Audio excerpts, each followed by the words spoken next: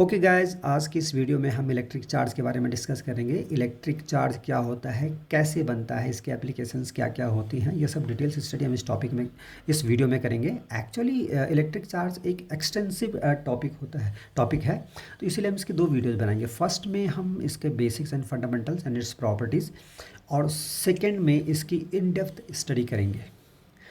So let us start electric charge. दोस्तों, इस universe में जो भी ऑब्जेक्ट होता है, जो भी बॉडीज़ होती हैं, वो पार्टिकल से मिलकर बनी होती हैं। पार्टिकल्स मॉलिक्यूल से मिलकर बना होता है, मॉलिक्यूल्स एटम से मिलकर बना होता है। और एटम के अंदर तीन चीज़ें होती हैं, प्रोटॉन, न्यूट्रॉन और इलेक्ट्रॉन। प्रोटॉन पे पॉजिटिव चार्ज होता है, इलेक्ट्रॉन पे नेगेटिव चार्ज होता है। कहने का मतलब ये है कि कोई भी ऑब्जेक्ट को अगर हम ब्रेक करेंगे तो ब्रेक करने से वो पार्टिकल से मॉलिक्यूल्स और मॉलिक्यूल से एटम में हमें प्राप्त हो जाता है। So atom is only the smallest indivisible particle. यहाँ तक हम एटम लेवल तक उसको डिवाइड कर सकते हैं, एटम से फर्दर डिवाइड नहीं कर सकते। किसी अगर करेंगे तो वो अनस्टेबल स्टेट हो जाती है। That state doesn't remains for long. So दो स्मॉलेस्ट अनडिविजिबल पार्टिकल होता है एटम। तो यूँ कह सकता है यूनिवर्स के कोई भी ऑब्जेक्ट होता है वो अल्टीमेटली एटम से मिलके बने होते हैं। नाउ अभी देखो, एटम्स के अंदर जितने प्रोटॉन होते हैं उतने इलेक्ट्रॉन होते हैं, और उन पर चार्ज होता है 1.6 इंटू 10⁻19 कूलॉम्स। चार्ज की यूनिट कूलॉम होती है। मीन्स एटम के अंदर जितने प्रोटॉन उतने ही इलेक्ट्रॉन, तो जितना पॉजिटिव चार्ज उतने नेगेटिव चार्ज। तो it means atoms, basically atom is electrically neutral. इस पर कोई चार्ज नहीं हुआ। अगर एटम पे कोई चार्ज नहीं हुआ तो एटम से मिलके मॉलिक्यूल बनता है, तो इसका मतलब मॉलिक्यूल पे भी कोई चार्ज नहीं है। अब मॉलिक्यूल पे कोई चार्ज नहीं, तो मॉलिक्यूल से पार्टिकल्स बनते हैं, तो इसका मतलब पार्टिकल्स भी अनचार्ज हो गया। और पार्टिकल से ऑब्जेक्ट बनता है, चूँकि पार्टिकल भी अनचार्ज है तो ऑब्जेक्ट भी अनचार्ज हो गया। तो बेसिकली इस यूनिवर्स के जितने भी ऑब्जेक्ट होते हैं उन पे कोई चार्ज नहीं होता है, they all are electrically neutral. तो इस तरह से पूरे यूनिवर्स में जितना पॉजिटिव चार्ज होता है, जितना पॉजिटिव चार्ज है उतना ही नेगेटिव चार्ज भी है। सो टोटल बैलेंस जो है जीरो है। तो entire universe is electrically neutral, we can call it like this. लेकिन अगर किसी तरह से मैं इस एटम से एक इलेक्ट्रॉन निकाल दूं, दूसरे एटम से भी एक इलेक्ट्रॉन निकाल दूं, इस तरह से मैं किसी ऑब्जेक्ट के एटम से इलेक्ट्रॉन निकाल दूं, तो वो एटम में क्या हो गया, अभी प्रोटॉन तो जितने थे उतने हैं ही, इलेक्ट्रॉन कम हो गए। अभी इलेक्ट्रॉन कम हो गए तो पॉजिटिव चार्ज ज़्यादा हो गया, नेगेटिव चार्ज कम हो गया। इट मीन्स अब एटम पॉजिटिवली चार्ज हो गया। अब एटम पॉजिटिवली चार्ज हो गया तो मॉलिक्यूल भी पॉजिटिव चार्ज होगा, मॉलिक्यूल्स पॉजिटिव चार्ज तो पार्टिकल से positive charge, particle positive charge तो ऑब्जेक्ट भी पॉजिटिव चार्ज। इस तरह से इस ऑब्जेक्ट को अभी हमने पॉजिटिवली चार्ज कर दिया just by removing the electron from its atom. इसके उलट अगर मैं इस एटम के अंदर एक इलेक्ट्रॉन डाल दूं तो क्या होता है, इस एटम में इलेक्ट्रॉन ज़्यादा हो गए, प्रोटॉन कम हो गए। प्रोटॉन जितने थे उतने हैं ही, बट इलेक्ट्रॉन ज़्यादा हो गए। इलेक्ट्रॉन ज़्यादा हो गए तो इलेक्ट्रॉन का चार्ज नेगेटिव है, तो इसका मतलब एटम नेगेटिवली चार्ज हो गया। अब एटम नेगेटिव चार्ज होगा तो मॉलिक्यूल से negative charge, particle negative charge, ultimately the object also becomes negatively charge. इस तरह से यूनिवर्स के किसी भी ऑब्जेक्ट को हम पॉजिटिव चार्ज या नेगेटिव चार्ज कर सकते हैं। सो इस चीज़ को हमने यहाँ पर बेसिकली इस तरह से दिखाया है। ये ऑब्जेक्ट ए है, ये इलेक्ट्रिकली न्यूट्रल है, कोई चार्ज नहीं। ये ऑब्जेक्ट बी है, इस पर भी कोई चार्ज नहीं है। चार्ज है इसमें, पर जितना पॉजिटिव है उतना ही नेगेटिव भी है, इसीलिए वो इलेक्ट्रिकली न्यूट्रल हो जाए। अब मैं ए बॉडी से इलेक्ट्रॉन उठाता हूँ और बी को दे देता हूँ। सो व्हाट हैपन्स, ए के अंदर जितने पॉजिटिव इलेक्ट्रॉन थे वो तो थे ही, इलेक्ट्रॉन अभी कम पड़ गए। इसमें इलेक्ट्रॉन कम हो गया तो ये बॉडी पॉजिटिवली चार्ज हो गई। अब इलेक्ट्रॉन चूँकि यहाँ आ गए तो इस बॉडी में प्रोटॉन से ज़्यादा इलेक्ट्रॉन हो गए, तो इट मीन्स ये बॉडी अब नेगेटिवली चार्ज हो गई है। मैं अब और भी इलेक्ट्रॉन ए से निकालता हूँ तो ये ज़्यादा पॉजिटिव चार्ज हो गए, स्ट्रांगली पॉजिटिव चार्ज हो गए, और ये स्ट्रांगली नेगेटिव चार्ज हो गए। इस तरह से हम किसी भी यूनिवर्स की किसी भी बॉडी को पॉजिटिव या नेगेटिवली चार्ज कर सकते हैं। जितना ज़्यादा इलेक्ट्रॉनों का रिमूवल होगा उतना ज़्यादा उस पर चार्ज आएगा। यहाँ पर देखने वाली बात यह है, पॉजिटिव चार्ज कहीं मूव नहीं करता है, जो भी मूव करता है इलेक्ट्रॉन मूव करता है। नेगेटिव चार्ज होने का मतलब है कि उसके अंदर इलेक्ट्रॉन ज़्यादा हो गए, और पॉजिटिव चार्ज होने का मतलब है कि उसके अंदर इलेक्ट्रॉन कम हो गए। पॉजिटिव चार्ज नहीं बढ़ गया है, उसके अंदर इलेक्ट्रॉन कम हो गए हैं। तो ultimately this is the movement of electron that is causing either positive charge और द नेगेटिव चार्ज। तो यूँ कह सकते हैं हम कि अगर किसी बॉडी में नेगेटिव चार्ज है, इसका मतलब है उसके अंदर सरप्लस ऑफ इलेक्ट्रॉन्स है as compare to the protons. और किसी बॉडी में अगर पॉजिटिव चार्ज है तो we can call that there is the deficiency of electron as compare to protons. Now अभी देखो इलेक्ट्रॉन के अंदर क्या होता है, इलेक्ट्रॉन के अंदर चार्ज होता है 1.6 इंटू 10⁻19 कूलम्स, और प्रोटॉन के अंदर भी इतना ही चार्ज होता है। तो प्रोटॉन के अंदर प्लस 1.6 इंटू 10⁻19 कूलम और इलेक्ट्रॉन के अंदर माइनस 1.6 इंटू 10⁻19 कूलम। मैग्नीट्यूड दोनों का बराबर है लेकिन साइन अलग अलग है। तो इस तरह से अगर मैं एक इलेक्ट्रॉन किसी बॉडी से उठा के दूसरे में दे देता हूँ तो उस बॉडी पे कितना चार्ज आएगा, 1 into electron charge. 2 electron transfer करते हैं तो 2 into electron charge. 100 electron transfer करते हैं तो 100 इंटू इलेक्ट्रॉन चार्ज। इस तरह से अगर n इलेक्ट्रॉन में ट्रांसफ़र करता हूँ तो कितना चार्ज बन जाएगा उस पर, n into electron charge. So total charge on a body is equal to Q is equal to n into E, Ne, where n is the number of electrons and E is the charge on electrons and which is equal to 1.6 minus 19 coulombs। इस तरह से अगर if we know the number of electrons we can find what amount of charge is on the body। इस तरह से ये basic formula है charge निकालने का। नाउ अभी किसी बॉडी को चार्ज कैसे करेंगे, how we get charge, actually practically हम किसी बॉडी को चार्ज कैसे करते हैं, इसके लिए हम क्या करते हैं इसके 2 तरीके हैं। एक्चुअली बहुत सारे तरीके होते हैं किसी बॉडी को चार्ज करने के, पर यहाँ पर बेसिक फंडामेंटल जो है 2 तरीक़ों को एक्सप्लेन किया गया है, कंडक्शन और induction. By means of conduction we can charge the body and by means of induction also we can charge the body. Conduction से किसी बॉडी को कैसे चार्ज करेंगे, इसके लिए हम क्या करते हैं, एक ग्लास की रॉड लेते हैं और एक वुलन क्लॉथ लेते हैं और दोनों को इस तरह से रगड़ते हैं। अब क्या होता है कि ग्लास के इलेक्ट्रॉन्स लूजली बॉन्डेड होते हैं एज़ कंपेयर टू वुलन के इलेक्ट्रॉन। तो क्या होता है, जब इसको रगड़ते हैं तो ग्लास के इलेक्ट्रॉन वहाँ से निकल जाते हैं, उसके एटम से ग्लास के इलेक्ट्रॉन निकल जाते हैं। जब इलेक्ट्रॉन निकल जाते हैं तो इस ग्लास रॉड में अभी प्रोटॉन तो जितने थे पहले से हैं ही, अब इलेक्ट्रॉन कम हो गए, वो इलेक्ट्रॉन उठ के इस वुलन के अंदर आ गए।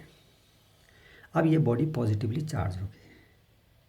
अभी मुझे इस बॉडी से किसी दूसरी बॉडी को चार्ज करना, तो कैसे करेंगे, उस बॉडी से सपोज करो ये पॉजिटिवली चार्ज हो गया और ये दूसरी बॉडी है, मैं इसको टच कर देता हूँ तो इसका चार्ज इसमें ट्रांसफ़र हो जाएगा। पूरा नहीं होगा, 50-50 हो जाएगा, दोनों जो है बैलेंस चार्ज हो जाएंगे। जैसे यूँ सोच लो कि ये एक पानी का टैंक भरा हुआ, एक खाली है, दोनों को जोड़ेंगे तो दोनों में बराबर पानी डिस्ट्रीब्यूट हो जाएगा। फिर इसी तरह से फिर अगर मैं इसी को थर्ड बॉडी में अगर टच करता हूँ तो इसका और उसका लेवल, फिर चार्ज का लेवल बराबर हो जाता है। इस तरह से चार्ज को हम ट्रांसफ़र कर सकते हैं एक बॉडी से दूसरी बॉडी में टच करके। इसे बोलते हैं चार्जिंग बाय कंडक्शन। यहाँ पर एक ग्लास रॉड थी, ये मेटल रॉड था, ये देखो इलेक्ट्रिकली न्यूट्रल है, ग्लास पॉजिटिव, मैंने इसको टच किया तो ये चार्ज यहाँ पर ट्रांसफ़र हो गया, तो इन चार्ज दोनों में बराबर डिस्ट्रीब्यूट हो गया। इस तरह से इसको we can call this the charging by conduction. इसी तरह से चार्जिंग बाय इंडक्शन होता है। चार्जिंग बाय इंडक्शन में भी हम सेम करते हैं, एक बॉडी को ग्लास रॉड को जो है वुलन से रगड़ के इस बॉडी को ग्लास को पॉजिटिवली चार्ज कर देते हैं। अब क्या करते हैं, 2 बॉडी लेते हैं हम, A and B, conducting bodies, उनको टच करके रखते हैं आपस में टच करके रखते हैं। अब ग्लास रॉड को उसके नज़दीक ले जाते हैं, किसी भी एक बॉडी के नज़दीक ले जाते हैं, उसको टच नहीं करना है, लेकिन जब उसको नज़दीक लेके जाएंगे तो इसका जो पॉजिटिव चार्ज है इसके अंदर, चूँकि ए एंड बी बॉडी दोनों कंडक्टिंग मटेरियल हैं, इनके अंदर फ्री इलेक्ट्रॉन होते हैं, तो वो इलेक्ट्रॉनों को अपनी तरफ खींच लेता है, तो सारे के सारे इलेक्ट्रॉन ए बॉडी के इस एंड पे आ गए। अब इलेक्ट्रॉन उठ के यहाँ से यहाँ आ गया तो ये बॉडी पॉजिटिव चार्ज हो गया, ये बॉडी नेगेटिवली चार्ज हो गया। अब धीरे से हम क्या करते हैं, दोनों बॉडी को अलग अलग कर देते हैं और इसको रॉड को भी हटा देते हैं। रॉड को मैंने रिमूव कर दिया है, इस बॉडी को दोनों को अलग अलग कर दिया है। तो यहाँ पे देखो ए में जो है इलेक्ट्रॉन ज़्यादा इस तरफ आ गए थे तो ए में ज़्यादा इलेक्ट्रॉन हो गया तो ये नेगेटिव चार्ज हो गया। बी से इलेक्ट्रॉन इधर आ गया तो बी में जो है इलेक्ट्रॉन कम हो गया तो ये पॉजिटिवली चार्ज हो गया। तो इस तरह से ए और बी बॉडी दोनों हमें जो है चार्ज्ड बॉडी मिल गई हैं without touching this glass rod. यहाँ पे ये देखिए कि यहाँ पर ग्लास रॉड का जो चार्ज था ना, जितना पहले था उतना ही अभी भी है, तो charge has not been lost, we have just redistributed the free electron of these two body, इलेक्ट्रॉनों को इधर लेके आ गया, तो ये नेगेटिव चार्ज, ये पॉजिटिव, इन्हीं का चार्ज आपस में रिडिस्ट्रीब्यूट कर दिया है। This is the basic fundamentals of induction. Induction में भी बॉडी को टच नहीं करते हैं और इस तरह से बॉडी हमें चार्ज बॉडी मिल जाती है। तो this is the there are the basic two process of charging a body, by means of induction, by means of conduction, by means of induction. Okay, now अब चार्ज, हमने किसी body को charge तो कर दिया, अभी चार्ज की properties क्या होती है? There are some property the charge source. पहली प्रॉपर्टीज़ क्या है? Electric charge is additive in nature. Additive in nature का मीन्स होता है ये कोई बॉडी है, इसके अंदर मैंने चार्ज इंक्लूड कर दिया, अगर मैं इसके अंदर और चार्ज डाल देता हूँ तो वो चार्ज उसके साथ ऐड हो जाता है। या फिर अगर कोई पॉजिटिव चार्ज इसके अंदर, मैं इसके अंदर नेगेटिव चार्ज दिया, तो दोनों को एल्जेब्रिक सम हो जाएगा, क्योंकि पॉजिटिव चार्ज +10 है सपोज, और नेगेटिव चार्ज मैंने -3 डाला, तो टोटल चार्ज 10 - 3 +7 हो जाएगी, इसके अंदर +7 चार्ज रह जाएगा। इस तरह से इलेक्ट्रिक चार्ज जो है एडिटिव इन नेचर होते हैं। There is an algebraic sum, we can call it, better word is to use the algebraic sum of the charge on a body. ठीक है, now like charge, second property है like charge repel each other and unlike charge attract each other. Very common is property is that there are two positive charge, if we will try to bring them closer they will repel to each other. Similarly the two negative charge will repel each other. However, if one is positive charge, another is negative charge, and if both we bring both the charges closer, then they will attract each other. This is the most popular properties of the electric charge. One more property is that the charge can neither be created nor be destroyed. This is the law of conservation of charge. मैंने starting में भी आपको बताया था कि इस universe में जो टोटल चार्ज है वो बराबर है, जितना पॉजिटिव चार्ज है उतने नेगेटिव चार्ज है।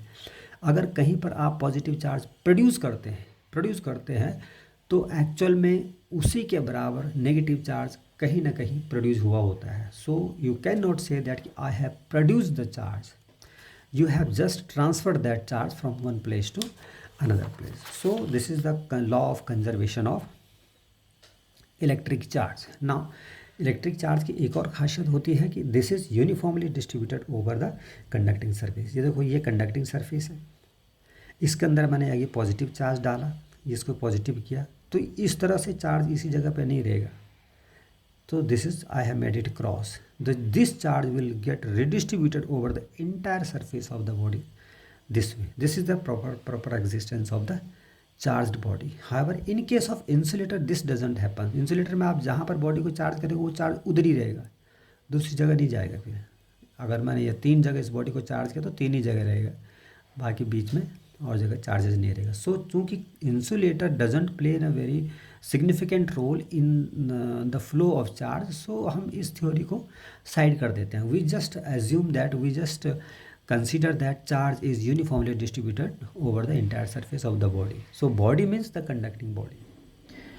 ओके, सो इस तरह से हम ये कह सकते हैं कि इंसुलेटर और कंडक्टर के बीच का जो डिफरेंस है या उनकी जो डेफिनेशन है इन टर्म्स ऑफ चार्ज भी बनाई जा सकती है। मतलब ऐसी बॉडी जिसमें कि चार्ज कैरियर होते हैं, either positive charge is uniformly distributed और negative charge is uniformly distributed, are called conductors. these charges helps the flow of the charges through this body, that is why they are called the conductor. However, in case of insulator, there are no charge carrier in this portion, so they will not allow the flow of charge through it, that is why those are called insulator. ठीक है, सो इस तरह से charge का होना न होना उसको कंडक्टर या इंसुलेटर भी बनाता है। One more important quality of characteristic of the electric charge is quantized in nature. Quantization का मतलब होता है कि इन स्टेप्स, मतलब यू एग्जांपल देता हूँ मैं आपको कि सपोज करो हम आलू खरीदने जाते हैं मार्केट में, तो जब आलू लेके आते हैं तो they will be fixed in number, 5 आलू, 10 आलू, 50 आलू, 100 आलू, 150 आलू, like that. We can not have the aloo like this 1.5 aloo. सो दे दो दी आलू तोलता है दुकानदार, तो उसमें जो है सपोज 10 आलू पड़े हैं, अब उसको या तो 1 आलू प्लस करना पड़ेगा या तो 1 आलू माइनस करना पड़ेगा, वो आधा आलू नहीं करेगा। So we can call these are called the quantized in nature.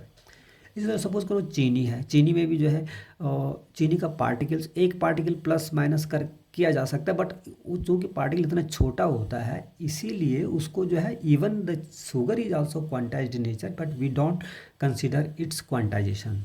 उसी तरह से चार्ज भी होता है, चार्ज भी क्वांटाइज्ड नेचर का होता है। एक minimum possible charge is 1 electron के बराबर 1.6 × 10⁻19 कूलम। बट तो ओके, तो चार्ज जो है उसी के 2 इलेक्ट्रॉन, 3 इलेक्ट्रॉन, 100 इलेक्ट्रॉन, 1000 इलेक्ट्रॉन, इस तरह के टर्म्स में चार्जेस बढ़ेगा या घटेगा। ऐसा नहीं होगा कि 1.5 इलेक्ट्रॉन के बराबर charge, like this. So this is called the quantization in nature. So charge, even the charge is quantized in nature, still we ignore it because that quantized amount of the charge is so small that we generally do ignore it. So this is one of the important quality of the electric charge. Now the question is, what is the effect of charge on the mass of the body? एक body है, उसका मास कुछ है, अगर मैं उसको charge करूँगा तो उसके मास पे क्या इफेक्ट पड़ेगा। दोस्तों देखो, एक इलेक्ट्रॉन का वेट होता है 9.1 इंटू 10⁻31 kg। अगर किसी बॉडी को हम चार्ज करते हैं, उसका मतलब नेगेटिव चार्ज करते हैं, इसका मतलब उसके अंदर इलेक्ट्रॉन डालते हैं तो इसका मतलब 9.1 इंटू 10⁻31 पर इलेक्ट्रॉन उसका वेट बढ़ जाएगा।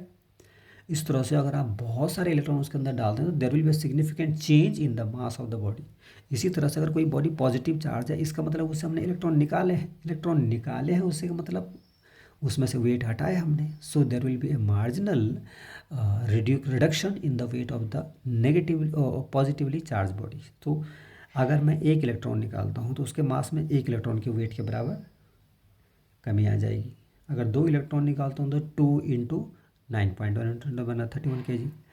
इससे मैं 100 इलेक्ट्रॉन निकालता हूँ तो 100 into 9.1 into 10⁻31 kg। So if me is the mass of the electron और n इलेक्ट्रॉन निकाले जाते हैं, सो उसका मास में कितना चेंज जाएगा, n into me, n into number of electron into mass of the electron, इतना चेंज जाएगा उसके वेट में। चेंजेस जिस तरह से आएगा, अगर वो पॉजिटिवली चार्ज होगा तो उसका वेट रिड्यूस होगा और नेगेटिव चार्ज का वेट बढ़ जाएगा। ये अनचार्ज्ड बॉडी है, इसका मास m है। अब मैं इससे इलेक्ट्रॉन निकालता हूँ, n इलेक्ट्रॉन निकाले मैंने इसमें से, तो ये पॉजिटिव चार्ज हो गया, तो इसका वेट कितना हो गया, m बेसिक मास माइनस n इलेक्ट्रॉन निकाले तो n इंटू me, एक इलेक्ट्रॉन के बराबर वेट, तो nme इसका वेट हो गया, रिड्यूस है। इसी तरह से अगर मैं इसमें इलेक्ट्रॉन डालता हूँ तो इसका वेट बन जाएगा m plus n into me। सो इस तरह से हम ये कह सकते हैं, अच्छा इलेक्ट्रॉन का वेट इतना कम होता है कि मिलियंस ऑफ इलेक्ट्रॉन डालने के बावजूद भी उसके मास में उतना फ़र्क नहीं आता है। सो अगेन वी जो ignore this change in the mass of body. However, at microscopic level, when we study the body in the microscopic level, that times we do consider it, then we cannot avoid it. So this was the basic fundamentals and basic things about the electric charge. To know more about the further details of the electric charge, you can watch our next videos.